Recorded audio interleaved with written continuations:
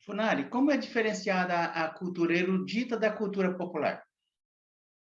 Então, é justamente esse aspecto que eu estava começando a tratar, Deodato, porque a cultura chamada erudita é aquela que envolve estudo, seguir regras, mesmo quando as regras são quebradas, elas estão seguindo, digamos assim, outras regras. Por exemplo, quando você tem estilo musical que muda, o estilo musical bossa nova está rompendo com a música anterior, você fala, bom, mas esse rompimento foi feito sem regras? Não.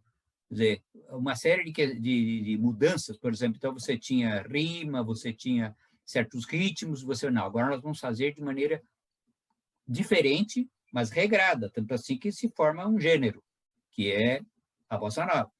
Então, a questão é que a cultura erudita é aquela que justamente envolve um certo estudo, segue certas regras e, portanto, em geral, no passado da história foi sempre limitado a um número pequeno de pessoas. Hoje em dia, no século XX, XXI, nós tivemos uma ampliação muito grande do número de pessoas, digamos, que têm acesso à cultura, acesso ao escrito, etc.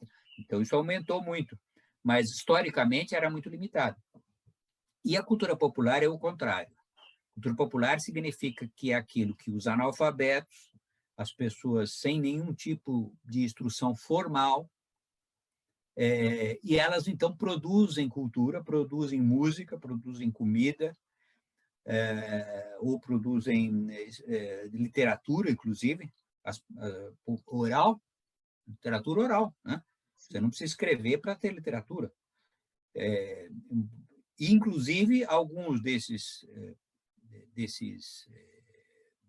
nós podemos citar alguns que nós hoje consideramos eruditos, e que na origem eram pessoas analfabetas e que surgiam de baixo para cima. Exemplo, os poemas de Homero, né? Atribuídos a Homero, a Ilíada, a Odisseia. São poemas cantados por poetas, bardos, que eram analfabetos. Isso foi gravado, né? Foi escrito, melhor dizendo, séculos depois. A mesma coisa nós podemos dizer de outros povos e culturas. Então, essa cultura popular, ela vem de baixo para cima, ela é muitas vezes anônima, não tem nome, não tem autoria de quem fez, quem criou. Bom, aí você pergunta assim, mas ela não segue normas? A outra segue, essa não segue?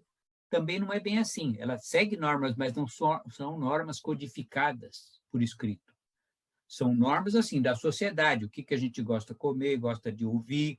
Ah, bom, então isso vai refletir-se na música, na capoeira, etc. É uma maneira coletiva, mas é coletivo, né? É coletivo e vem de baixo para cima, enquanto que a cultura erudita ela é menos coletiva, embora ela também tenha um aspecto coletivo, porque você tem, como eu disse, compartilhar as normas do estilo e tal, e ela muitas vezes já de autoria. Né? Historicamente, as pessoas já são autoras daquele trabalho. As pessoas, nós sabemos quem escreveu aquilo, quem falou, quem compôs aquela obra. Então, uma coisa que eu queria dizer também, Deodato, acho importante, é que essas duas culturas elas não estão separadas. Elas estão unidas. Alguns estudiosos falam em circularidade, de cima para baixo, de baixo para cima. Por quê? Porque não existe essa separação, ela é artificial, ela é como um recurso para a gente entender o que acontecia. Mas no mundo real, a mesma pessoa que, vamos pegar um exemplo de hoje, a mesma pessoa que vai ao concerto no Teatro Municipal ou onde quer que seja, escutar uma música erudita, clássica, Beethoven, Mozart, é a mesma que na rua está ouvindo uma música do cotidiano. E muitas vezes canta músicas tradicionais para seu netinho, para sua netinha, que são músicas feitas por pessoas que não sabiam nem ler nem escrever e que se tornaram músicas tradicionais. São um exemplo, né, de como essa divisão é artificial. E se você pegar uma pessoa também, mesmo hoje, que não passou nem pela escola, ela poderá ter acesso, como tem, à música clássica, à música erudita, porque ela vai a um lugar que está passando, está ouvindo isso. Na novela aparece como em cenas. Agora, essa novela, uma novela histórica, essas novelas históricas, que tratam, por exemplo, do século XIX, é um exemplo disso. Como a novela é de época, eles apresentam músicas mais eruditas e de época, tipo aqueles salões, aquelas bailes. Então, uma pessoa que não tem alfabetização nenhuma, ela também tem contato. Então, o que significa? Significa que as duas estão interligadas.